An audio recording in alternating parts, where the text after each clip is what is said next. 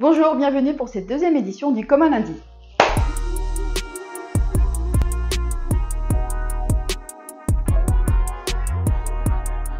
La semaine dernière, l'ONU a adopté une résolution exigeant le cessez-le-feu en Palestine et la libération des otages israéliens. Alors nous pouvons nous réjouir de cette résolution que nous, à la France Insoumise, nous réclamons depuis des semaines. Maintenant, il faut la mettre en application et donner les moyens d'appliquer cette résolution, et la France doit fortement participer à cette initiative. En parallèle, il ne faut pas oublier non plus l'aide humanitaire d'urgence. La situation est catastrophique à Gaza, des milliers de morts et aussi des milliers de personnes qui sont confrontées à la famine.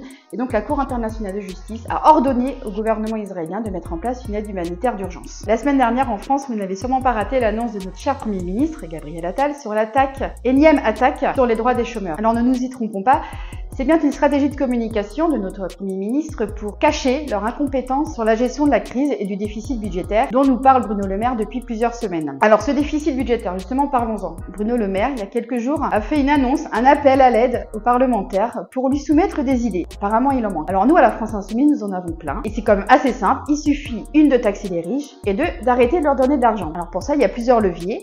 Taxer les super profits, remettre en place l'ISF, supprimer le CICE, cette mesure phare du quinquennat de François Hollande, qui ne sert à rien à part donner des sous aux entreprises et sans aucune contrepartie. Et aussi une autre idée, taxer les niches fiscales les plus polluantes. Monsieur le maire, voilà, des idées nous en avons, elles sont à votre disposition. Alors cette semaine, rendez-vous important ce jeudi 4 avril, où va se tenir la niche du groupe écologiste à l'Assemblée. Avec deux textes importants qui ont retenu mon attention, la reprise d'une de nos propositions sur garantir un revenu digne pour les agriculteurs. Ce texte est passé en commission la semaine dernière, il a été adopté contre la majorité présidentielle. Nous verrons comment se comportera l'ensemble de la majorité présidentielle en hémicycle et s'ils respecteront la promesse de leur président. Deuxième texte important de cette niche écolo est celui qui consiste à instaurer un arrêt menstruel pour les femmes qui ont des règles incapacitantes sur le lieu de travail. Ce texte prévoit, sur prescription médicale, d'accorder aux femmes 13 jours d'arrêt qu'elles peuvent prendre sur l'année à leur discrétion. Alors ce texte est très important pour l'avancée de l'égalité entre les femmes et les hommes sur le lieu du travail. De trop nombreuses femmes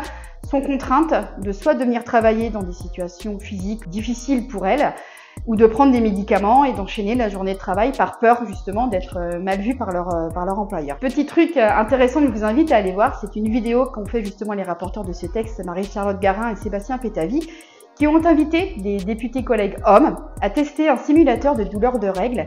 Et leur réaction est assez intéressante à regarder et comment ça les a fait avancer sur ce texte et comment ils sont du coup partisans maintenant de l'adoption de ce texte. Alors malheureusement, ce texte n'a pas été adopté en commission parce qu'il y a encore de trop nombreuses idées rétrogrades au sein de notre assemblée. Jeudi, nous allons batailler pour faire avancer cette loi. Alors rendez-vous la semaine prochaine pour en parler et d'ici là, bonne semaine à vous!